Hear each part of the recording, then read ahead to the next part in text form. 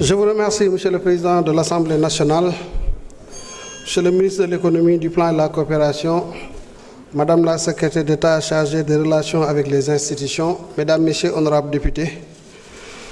Permettez-moi de féliciter et de remercier mon ami et collègue Abdourahmane Sarr, ministre de l'Économie, du Plan et de la Coopération, qui est un binôme pour moi, un parfait binôme, avec qui nous travaillons en toute intelligence pour relever les défis effectivement qui se dressent à nous. Je vais essayer de revenir sur les différentes préoccupations qui ont été soulevées par les honorables députés. Je suis un tout petit peu désolé. Désolé du fait que parfois j'ai l'impression qu'on marche en reculant, qu'on se répète. Mais je me console du fait que peut-être la répétition est souvent pédagogique et qu'il est important, malgré tout, d'insister autant que possible, autant de fois que nécessaire, pour que nous ayons la même compréhension de la situation. Je pense que c'est une question fondamentale et je prie le Seigneur pour qu'à l'issue de cette rencontre-là, quand même, de cette explication, que définitivement sur certaines préoccupations, à défaut d'avoir un consensus, que nous nous comprenions au moins. Et ça, c'est important. Alors, il faut nous dellusiwaat ci situation réew mi ñu arriéraat ba le 24 mars 2024. C'est important pour que ñu comprendre bu baax a baax le travail que nous sommes en train de faire. Dañu ñëw 2024 ñu am président de la République bu ñu fal mu ñëw def prestation de serment le 5 avril mu nommé gouvernement am ay ministres jël service mu am le code de transparence dans la gestion des finances publiques, loi 2012-22 du 27 décembre 2012. Loi boobu wax ñu ne ñu bu fekkee ne dafa am régime bu bees wala mu am en tout cas mandature bu bees ñi fa ñëw gouvernement bi ñëw li mu war a njëkk a def dans un délai de 3 mois mooy def un audit sur la gestion des finances publiques. C'est ce que nous avons fait moi-même en tant que ministre des Finances. Lorsque je suis arrivé, cette exigence-là mu gàllu sama loos, comme on dit, on a mis en place une équipe, préparer suñuy terme de référence avec une lettre de mission, saisir l'inspection générale des finances ne ko lii c'est une obligation légale defal ñu liggéey bi su ko defee mu nekk une situation de référence sur laquelle nous allons nous appuyer pour définir le cap pour la mandature. Mais c'est exactement ce qui s'est passé bi ñu defee audit bi dëgg wax jooju nañ ko dépassé parce que amul benn sens. Dañu def audit bi, la réalité est là, c'est que nous avons trouvé que par rapport aux informations que nous communiquions aux partenaires techniques et financiers, au Fonds monétaire notamment dans le cadre d'un programme que nous avons signé, mais il y a écart de données, c'est clair. L'audit a révélé que de 74% de statistiques communiquées au Fonds, nous sommes à 84%, 83, quelque chose %. Loolu la inspection générale des finances génne woon. Et je rappelle que le travail qui est fait, un audit repose sur des échantillons. Maanaam doo ñëw jël situation bi yëpp périmètre yëpp parce que 3 mois mënoo ci def liggéey boobu. Mais quand tu veux jauger da ngay jël ay échantillons nga def un test sur ces échantillons là résultat bi mu lay jox moom ngay considérer. Mais pour les finances publiques, quand tu as des écarts comme ça, responsabilité bi nga am mooy nga approfondir nga ne attention, nous parlons de sujets importants. Dès lors que les échantillons ont révélé cela, ces manquements-là, j'ai l'obligation d'aller en profondeur et d'approfondir la question. Loolu moo tax bi audit bi génnee, on a commandité un travail d'inventaire par un cabinet bu am une signature internationale. Parce que loolu moom mooy responsabilité 1, mais ensuite on savait aussi que quel que soit alpha, ce travail-là dañ ñu koy laajaat. Partenaires yi sérieux, ils vont dire, bon, vous avez fait un travail sur la base d'échantillons qui a révélé ces informations-là. Essayons d'approfondir pour voir ce que ça donne. ñu dem vers un travail exhaustif moom mooy li Mazars def muy un travail sérieux et ce travail là mi ngi nekkoon en cours. Le rapport de la Cour des comptes nu ngeen koy comprendre mooy loi bi exiger cet audit sur la gestion des finances publiques daf ñu ne rapport bi inspection générale des finances wala rapport bi gouvernement bi di déposer il faut que Cour des comptes mu certifier ko. La Cour des comptes a pris ce travail, il avait 90 jours. Dans ces 90 jours, mu redéfiniraat un peu le périmètre parce que comme gis na ne ay manquements am na moom am na ci lu mu taxaw mu def un travail un peu plus élargi loolu moom mooy rapport Cour des comptes bi disponible le 12 février 2025.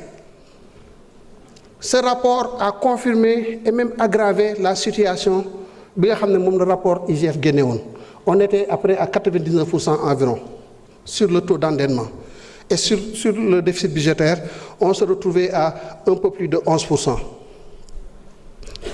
Mais bi rapport Mazars nga xam ne moom deful échantillonnage nekkul dans une certification il fait un travail exhaustif.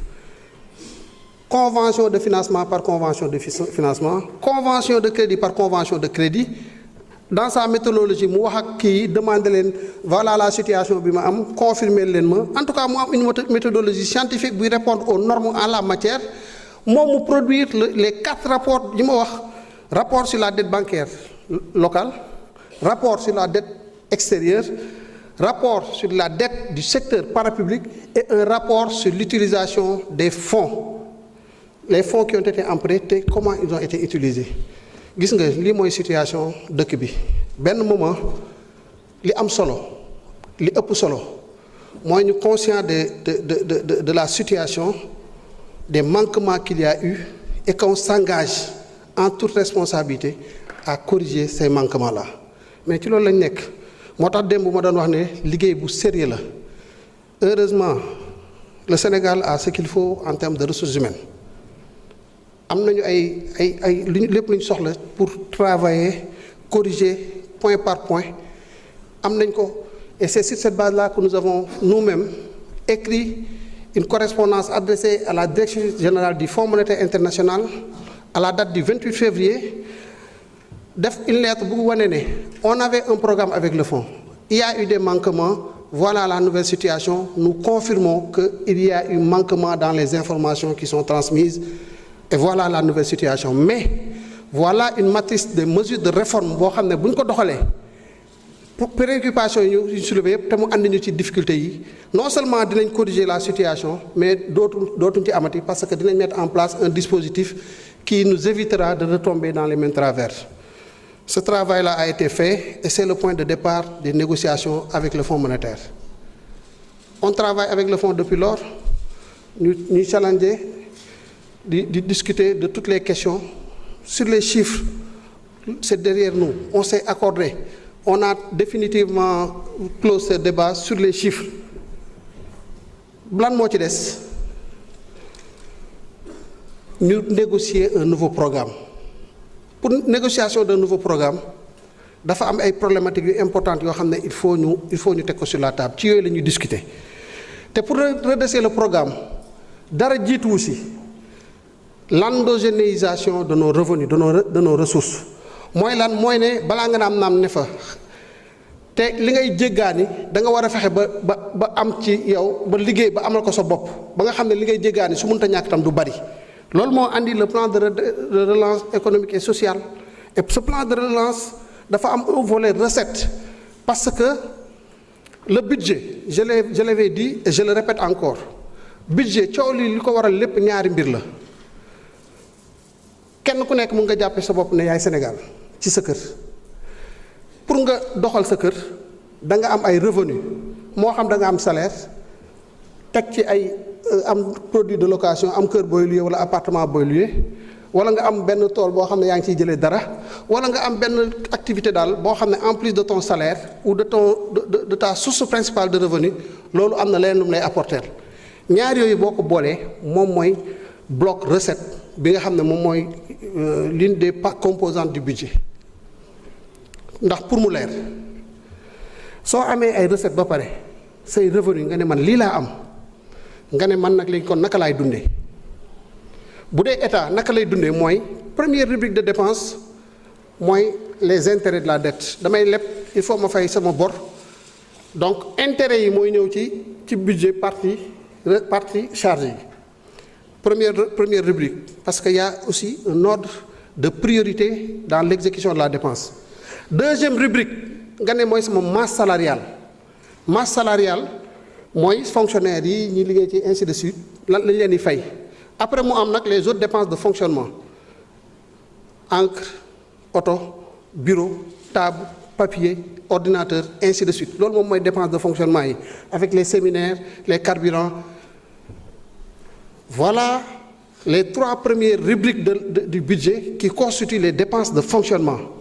Tout ce qui reste, à part les transferts mooy lan transfert courant mooy dañu am ay agences ay entreprises ay d'autres entités du secteur parapublic yoo xam ne état bi dafa am lu mu leen war a jàppale sous forme de subvention pour ñu fonctionner ñu war leen ko transférer pour le fonctionnement moo tax mu tudd transfert courant ñu dugal ko ci fonctionnement yi.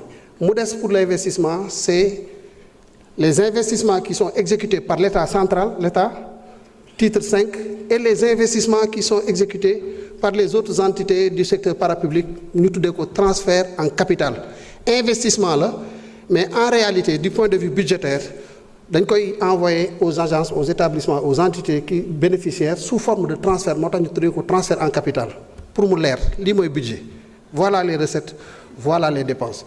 Mais un budget, il n'est pas équilibré, ou il est très rarement équilibré beaucoup. Les budgets de nos pays ne peuvent pas être équilibrés. Il y a tellement de choses. Écoutez Médina Yoro Foulah, quand le représentant de Médina Yoro Foulah vient ici pour parler. Mais ça yaram day daw parce que c'est des Sénégalais, samay mbokk lañ mbokk ñeneen ak ñeneen. Écoutez les gens de Salémata quand ils parlent, de Saraya, de toutes les localités qui sont presque oubliées pendant presque maintenant 65 ans de régime. Il faut faire des choses et il faut un déficit budgétaire. Mënut a ñàkk déficit budgétaire, c'est dans l'ordre normal des choses. Maintenant ce déficit budgétaire là moom nga amagul loo koy lijjantee da nga ko war a financer mooy sa bor bu jiitu bi nga war a assumer mais dafa war a am nu mu toll. Pour mu bañ la sonal parce que nit ku nekk xam nga li nga mën ak li nga antan doo am salaire u 300 500 mille ngay dem xalaati ay bor di 50 millions foo koy fayee noo koy fayee voilà la problématique coow li kon il faut ñu concentrer ko ci loolu c'est le déficit budgétaire et toutes les autres rubriques bii ñëw ci financement parce que dafa am lu ñu tuddee partie financement du budget.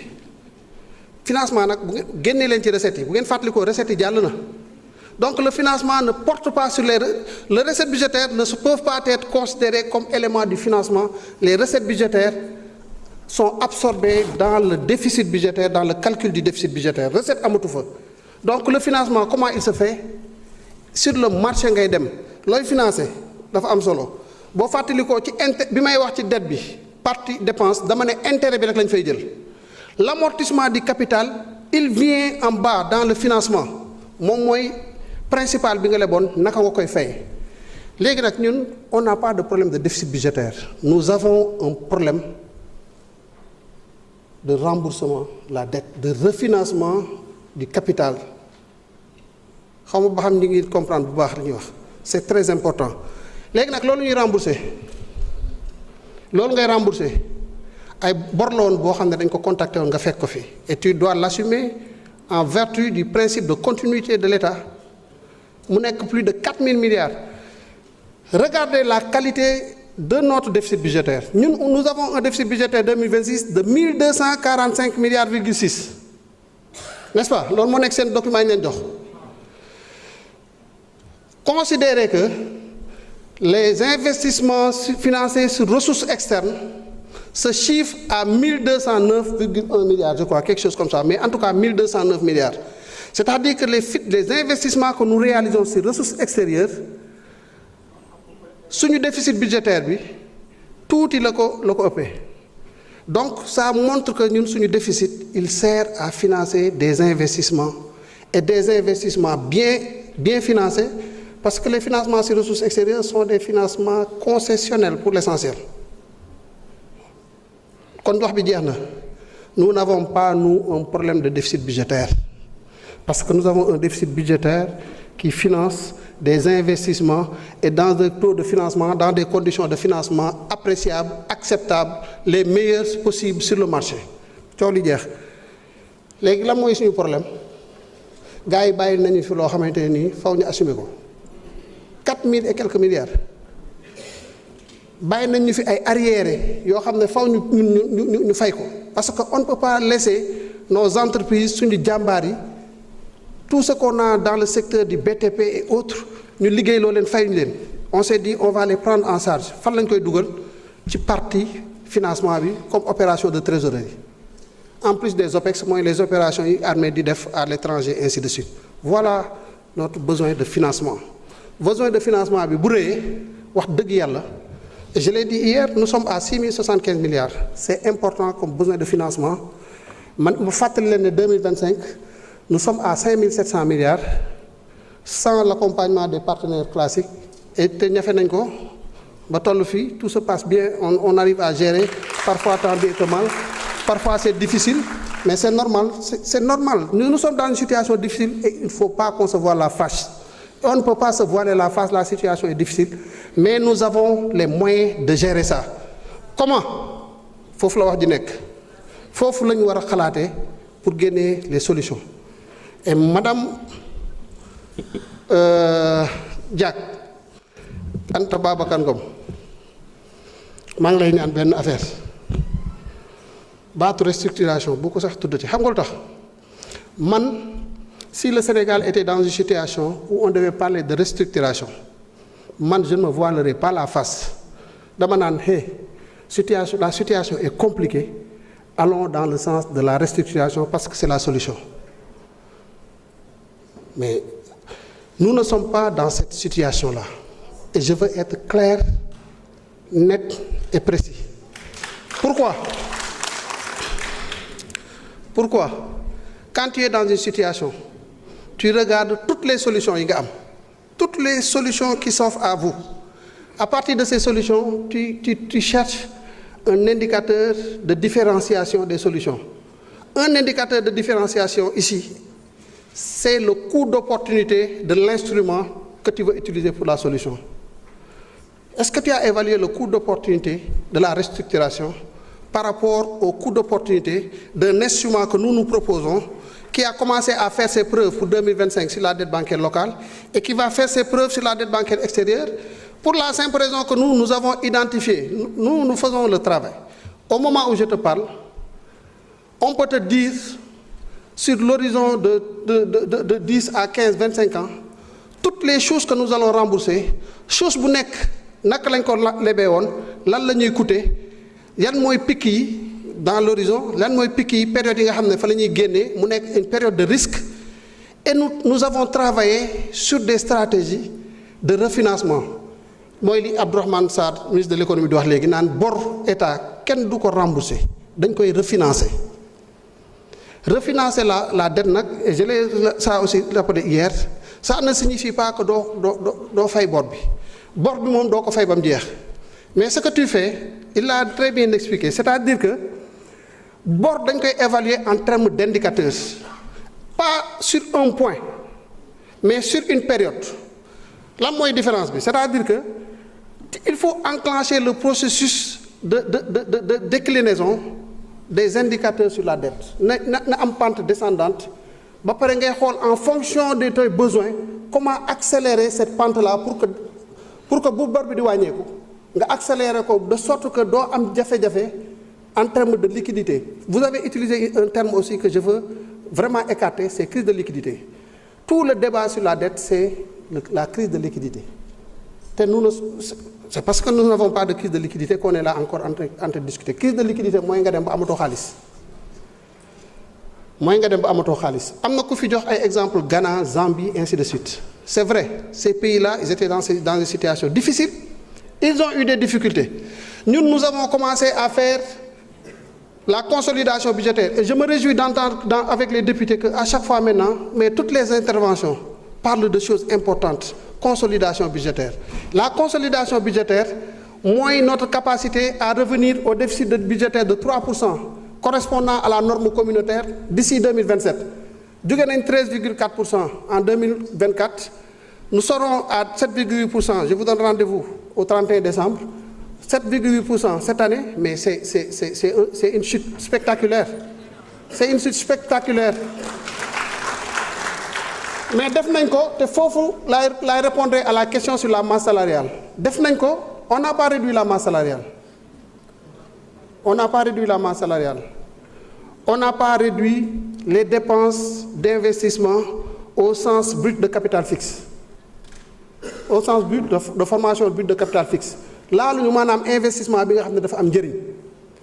Fi ñu ko defee mooy dañoo xool toutes les rubriques de dépenses yi nga xam ne am na fa des dépenses superfétatoires wala des dépenses yoo xam ne ce n'est pas à un ordre de priorité tel que bu ñu ko deful Sénégal day éclipsé wu.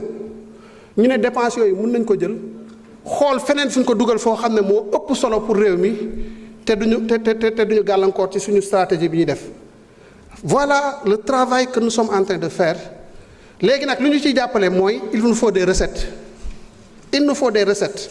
Parce que li ngay jëfandikoo boo ko jëlewul sa poche da nga koy lebi te toll nga ci leb foo xamante ni doy na waar yaa ko waxal sa bopp. moo tax nga xool presse te presse bi les recettes du presse là bu ngeen xoolee waxoon naa ko fi c'est vrai am na ñu jàpp ne c'est très ambitieux nous-mêmes nous sommes fixés des garde-fous pour éviter que problème bu ñëwul mu andi ñu jafe-jafe. mooy ñu ne nañ ko exécuter comme ni ñu daan def avec les réserves de précaution technicien budgétaire yi xam nañ baax li may wax.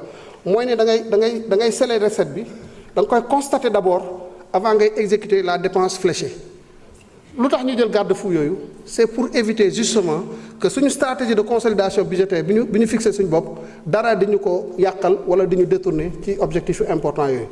Voilà comment on a réfléchi sur les presses mais recettes yi du ay recettes yoo xam ne dafay ñëw alourdir la charge fiscale des entreprises et ça il faut que ce soit très clair dañu ne. mboq mi sonal na Sénégalais yi parents yëpp bëgguñu seen doom tux mais ñi koy def ñu ci bëri bëggatuñ ko mais y a une dépendance qui fait que vraiment dañuy continuer di ko def quoi ñu ne mais kooku nga xam ne moom li muy def bëgg ko nañ ko décourager par la fiscalité 20% sur en tout cas rehausser la taxation du tabac sàngara bi ñu dóor parce que bu ñu sañoon aussi de moins nit ñi di yu mel noonu nga xam ne baaxul pour la santé publique baaxul pour les Sénégalais ñu décourager ko ñu relever le niveau de taxation yamuñ foofu ñu ne les jeux de hasard xale yi naar bi tout le monde yéen fii yéen a ko fi wax carte bi ñu ne carte bi nañu dóor on peut ci gain wu joueur bi nañ ci jël xëy na sax nañ ci amaale tuyaaba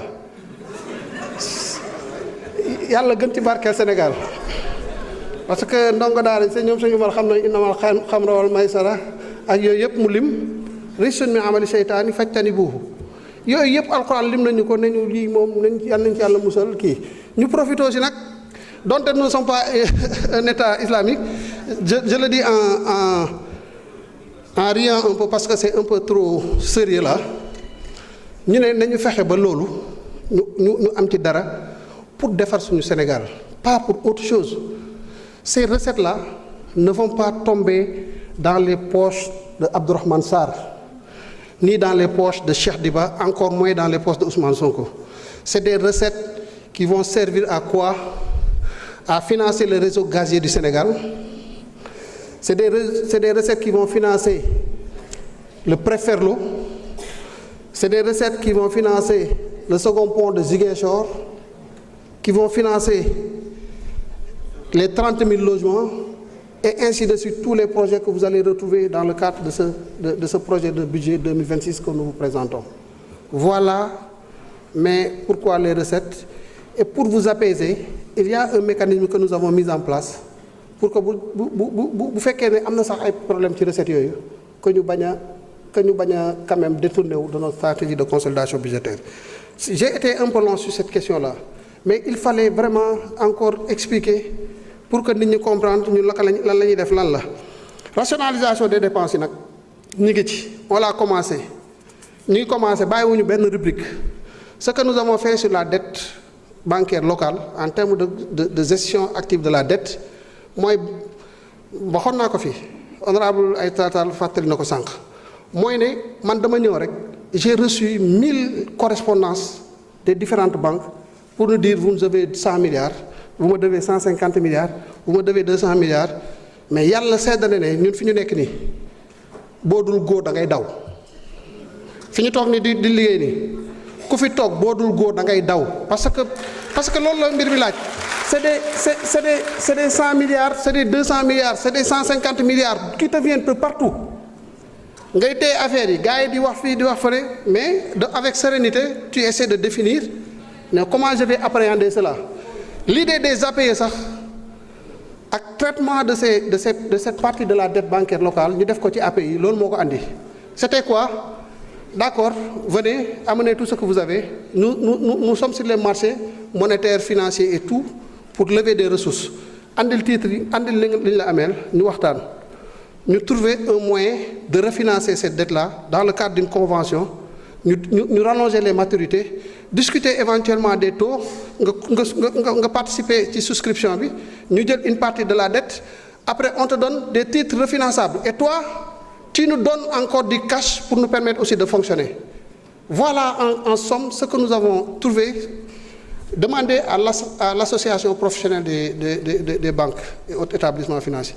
Ils vous diront, ils nous ont adressé une lettre de félicitations pour apprécier le travail qui a été fait sur cette question-là. Et nous allons continuer. Sur la dette aussi, voilà ce que nous allons faire. Je suis désolé, il y a des choses sur lesquelles je ne vais pas revenir. Parce que aussi, quand il y a une stratégie que tu déroules, Fonds monétaire, c'est ce qu'il est en train de prendre en compte dans son modèle pour nous revenir. On échange par visioconférence, on échange sur les critères, sur les conditions et tout. Mais nous savons ce que nous voulons faire, nous avons des instruments. Ce qui nous différencie des pays dont on a parlé tout à l'heure, c'est que nous avons la chance d'évoluer aussi dans un marché régional que nous partageons avec d'autres pays. C'est le pays de l'UEMOA. Et ce marché, il a un potentiel. Ce que nous tirons du marché financier régional n'est pas excessif. Il n'est pas du tout excessif. Ça, je le dis et je le répète. Parce que le potentiel du marché régional pour le Sénégal, il dépasse les 4800 et quelques milliards. Nous avons tiré quoi? Moins de 2800 milliards. Nous demandons environ 2700 et quelques milliards. Ensuite, nous aussi, nous travaillons à approfondir cette profondeur du marché. En quoi faisant? En réfléchissant sur des instruments. Les total return swap, c'est des instruments techniques du marché, comme je l'avais dit, du marché secondaire, qui permet de traduire une dette en devise, en dette en monnaie locale, sous certaines conditions et autres. Et je vous épargne de ces aspects techniques-là. Mais là, et souvent, nous faisons passer ces ressources-là par des banques locales. Et souvent par des banques ivoiriennes. Mais si on se mettait à dire que beaucoup de Google API, nationalité pays bobo, devenir financé, mais vraiment vous allez voir donc la Guinée-Bissau finance le Sénégal. Parce que si vous regardez les titres, allez-y sur le site de IOMA Titre ou l'autre, vous verrez qu'il y a des Bissau-Guinéens qui participent à nos appuis ou des Nigériens. Mais est-ce que cela veut pour autant dire que c'est la Guinée-Bissau qui nous finance? Non, mais nous sommes dans un espace de solidarité et toutes les entités qui sont présentes dans cet espace-là contribuent au même titre que des Sénégalais à la prise en charge de nos besoins de financement. Et c'est ça la solidarité d'une zone monétaire, d'une union monétaire. Lolo, il faut l'apprécier, qu'un Bissau-Guinéen, qu'un Nigérien, qu'un Malien, qu'un Ivoirien et autres puissent participer à prendre en charge nos besoins de financement. Ça, les pays qui ne l'ont pas eu, ils ont eu des difficultés. Mais nous travaillons à approfondir davantage. Nous sommes sur les soukouk, nous sommes sur les emprunts ESG, en relation avec les fonds climat et autres là. Nous sommes dans ça. Mais nous travaillons sur d'autres instruments à approfondir le marché. La Banque centrale joue un rôle très important. Mais dans le cadre du Conseil des ministres de l'UEMOA, nous réfléchissons sur les moyens qui permettent davantage à ces instruments-là, à ces institutions de pouvoir nous aider davantage à aller de l'avant, à prendre en charge nos préoccupations. Au-delà, les réflexions sur les marchés, sur l'approfondissement des marchés, il y a xam nga lu marché financier dafa soxla pour mu approfondir ko c'est-à-dire que pour nga yaatal matlaam da nga soxla ay ressources longues les ressources longues souvent c'est des ressources des fonds de pension des fonds d'investissement et autres vous allez voir nous réfléchissons aussi avec le ministre de l'économie et ça c'est des sujets que nous allons porter au niveau du conseil des ministres de l'UEMOA sur des réformes allant dans ce sens-là am na ci yoo xam ne sax dina dépasser l'UEMOA par exemple le code ciment les véritables réformes la direction générale du secteur financier est en train de travailler avec la direction des assurances sur une offre de ce point de vue-là que nous pourrons porter, que nos autorités pourront porter aussi au niveau de ces institutions pour nous aider à améliorer les possibilités de percevoir des ressources. En attendant, foofu laa yem am nañu ay scénarios ay schémas que nous allons dérouler mais dafa am loo xam ne on ne le dit pas parce que truc ku ma si wéetal mën naa la wax dans le détail ce que nous voulons faire de ce point de vue-là. mais boo nekkee ci yenn yi bett bi dafa baax parce que mooy tax sa solution bi nga am nga tirer ci le maximum qui te permettent d'avancer. Voilà en tout cas sur ces questions. Sur le taux de pression fiscale, vraiment, ne vous inquiétez pas. J'ai proposé, Abdourahmane Sarr est là, au Conseil des ministres de l'UEMOA, que nous changions l'appellation de taux de pression fiscale. J'ai discuté la dernière fois avec le directeur général du budget et il me disait, mais on peut l'appeler taux de prélèvement fiscal. Parce que ce n'est pas une pression en réalité. Le taux de pression fiscale, moi, là, ce total recette, si vous comparez avec ce PIB, ñaata la 18%. Le Sénégal est le premier pays de l'espace UEMOA en termes de taux de pression fiscale. Nous sommes à 19, quelque chose %. Avec le presse, nous allons passer à 23% parce qu'il y a une manne importante qui va venir, qui va venir impacter un peu les recettes. Et donc, bon, c'est vrai que le rebasing va aussi impacter, comme disait l'autre. Et j'en profite pour dire effectivement que dans la préparation du budget, nous avions essayé d'anticiper un peu sur le rebasing. Mais l'Union nous anticiper totalement. Il est clair maintenant effectivement qu'à partir de ce moment, on va ajuster certains indicateurs en tenant compte des évolutions budgétaires issues de l'activité de rebasing. Le taux de pression fiscale, en commission, nous avons des indicateurs comme le taux marginal effectif d'imposition. Le taux marginal effectif d'imposition, ce que vous TPF, le taux de pression fiscale, TMI, TMI, si investir 1 franc supplémentaire, la fiscalité impact. C'est l'impact de la fiscalité sur le franc supplémentaire investi.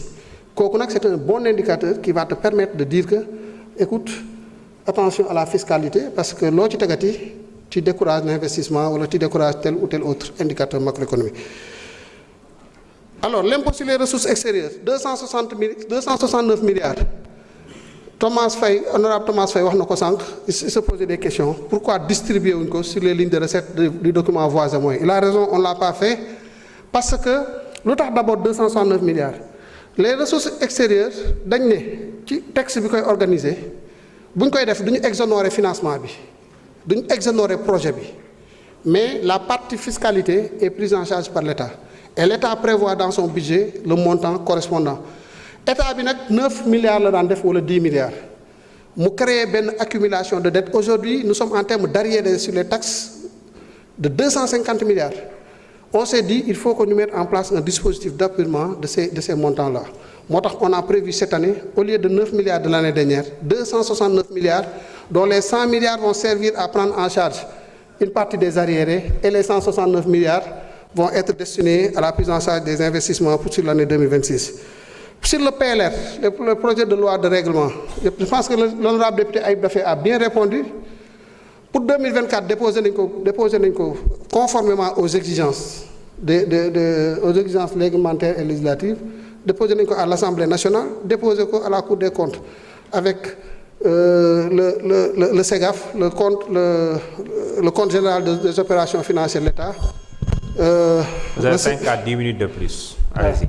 Le CAO, le compte administratif de l'ordonnateur, ainsi que les rapports annuels de performance. Vous déposez ils ont, d'ailleurs, pour 2024, d'ailleurs, la Cour des comptes a tenu plusieurs séances avec les équipes du ministère des Finances.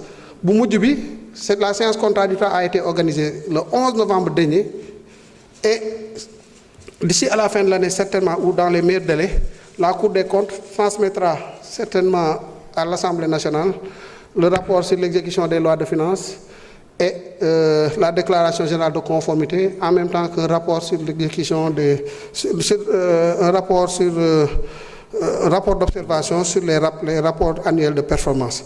Donc voilà ce que je voulais dire à ce niveau. Et en ce moment-là, l'Assemblée nationale pourra convoquer le ministre des Finances pour qu'on discute des résultats. Mais pour 2025 pour 2024 en tant que tel boobu moom wax dëgg yàlla mënuñ ko déposer te ñu xam ne ñun les données ont varié. Nous avons responsabilité de faire une mise à jour de ces données avant de déposer. C'est uniquement ce qui fait que nous ne pouvons pas le faire, mais nous travaillons à faire cela. Et maintenant, par rapport à la publication des rapports, vous savez, on peut réfléchir sur peut-être, en relation avec le cabinet Mazars, comment extirper l'essentiel de ces rapports-là en termes d'information et les produire. Mais vous savez, quand on fait un inventaire sur la dette, on utiliser des données dans les conventions. Madame l'honorable députée, mon avocat, parfois il y a des clauses de confidentialité mais dans un rapport aussi important que celui-là, on est obligé de mettre tout sur la table. Mais il y a par contre des informations, dans sa manipulation, il faut faire attention.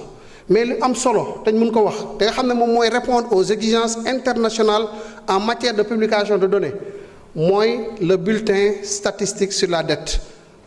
C'est une exigence que nous devons respecter.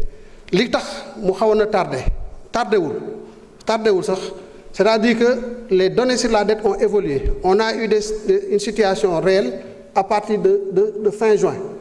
On a pris le temps avec les équipes de redéfinir, de recalculer tous les indicateurs sur la dette, d'adapter certaines situations sur le tableau des opérations financières de l'État, ainsi de suite. Ce travail-là a duré longtemps.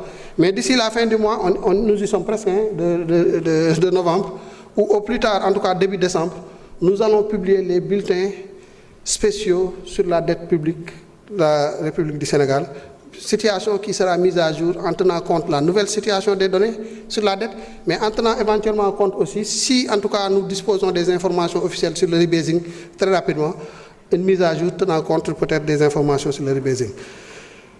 Sur le reste, il y a beaucoup de questions qui ont été posées sur des considérations sectorielles, PSD, en tout cas fourniture des services sociaux de base de manière générale, route, ndox, tali, courant, ainsi de suite. Par respect pour les sectoriels, Inch'Allah, les questions qui se rattachent à ce sujet, nous les adresserons et nous y apporterons les réponses requises. Nous l'avons fait déjà ci travaux de commission yi xamna fi mom député yi tamit soxla nañu sen wa gox yi xamné ñi ngi leen di plaider bu baax waye liñ fi posé yépp posé won nañ ko ñu tontu ko tamit et ça je crois que tous les députés peuvent en attester. Diaspora bond yi nous allons y aller. Bi passé c'était un lancement. Bon, on a une stratégie. C'était un lancement parce que xamone nañ né amna temps nécessaire bo xamné ci le gars yi di adapter ou comprendre affaire mécanisme et ainsi de suite. Mais on a lancé en se disant que surtout les APE de 2026, nous allons structurer des diasporas bonus de deugër këc. Étant entendu que nous avons travaillé ensemble, nous avons travaillé avec d'autres de la diaspora, mais surtout avec le secrétaire d'État chargé des Sénégalais de l'extérieur. Et il y a eu beaucoup de panels même qui ont été organisés en live, parfois sur des plateformes, ainsi de suite. Et on n'a pas, nous avons diaspora bi andi, c'était au-delà de nos attentes, mais nous sommes sûrs que le potentiel que nous avons avec les diasporas bonnes vont nous aider aussi dans cet effort de mobilisation des ressources. Mais vous avez sorti une idée aussi intéressante, moi ne waruñu yem ci diaspora bond yi mooy ne diaspora bi am nañu xarañte am nañ possibilité faire des choses. Je vois même l'idée de recyclage d'actifs, comment intégrer éventuellement la diaspora dans ce genre d'opération où ils viendront non seulement pour attendre une rémunération sous forme de taux, mais une rémunération en fonction de la rentabilité des infrastructures qui sont trucs. waaye daal su ma mënee wax kii moom mooy que ne on a trop perdu de temps de discussion de autres là. Commençons commencer à nous challenger sur véritablement les objectifs que nous nous fixons, fan lañ ci toll, les rapports, et ça vous m'aidez moi en tant que ministre des Finances et vous m'aidez aussi le ministre de l'Économie, nos collègues qui vont venir ici là, challenger-les sur les projets annuels de performance yi ñu am. Gis nga foofu la affaire bi nekk. On a un agenda national de transformation. ñu def ko une déclinaison sectorielle bu nekk defar lettre de politique sectorielle avec l'accompagnement du ministre de l'économie, du plan et de la coopération. Ñu définir les programmes budgétaires et autres avec les actions et les activités ñuy dérouler ñoom di def ay propositions budgétaires. Maintenant challenger à ce niveau-là les indicateurs qui sont identifiés, qui sont choisis, est-ce qu'ils sont suffisamment pertinents pour nous garantir qu'à chaque fois que des activités sont exécutées conformément à la loi de finances ou aux crédits qui sont retenus dans le cadre de la loi de finances, est-ce que les objectifs que nous nous sommes fixés derrière en termes de politique économique, est-ce que nous les atteindrons? Et c'est là, à mon avis, que vous nous aiderez davantage dans ce travail-là. Vous avez aussi les prérogatives d'évaluation des politiques publiques. Mabouba Diagne, le ministre de l'Agriculture, qui fait des choses extraordinaires, intéressantes dans le domaine de l'agriculture, challenge-le, tirez-le, parce qu'il a encore un potentiel. xëy na am na ay idées yu mu am yoo xam ne su ngeen ko ci jàppalee vis-à-vis des autorités mun na ci gën a am confort gën a dem dans ce sens. Je l'ai entendu hier parler d'orientation d'une partie des subventions vers l'investissement. Ça, c'est des idées qui me parlent. Mais il faut l'aider. xëcc leen ko côté boobu après vraiment c'est le Sénégal qui va gagner de tout ça. Moi, je suis vraiment très content quand je viens ici, mais je veux quand même, au nom de la sacralité de ces questions, qu'on fasse un effort de sursaut. Ce que vous dites ici peut être très nuisible pour la mission que je suis en train de mener. Mais vous pouvez la transformer,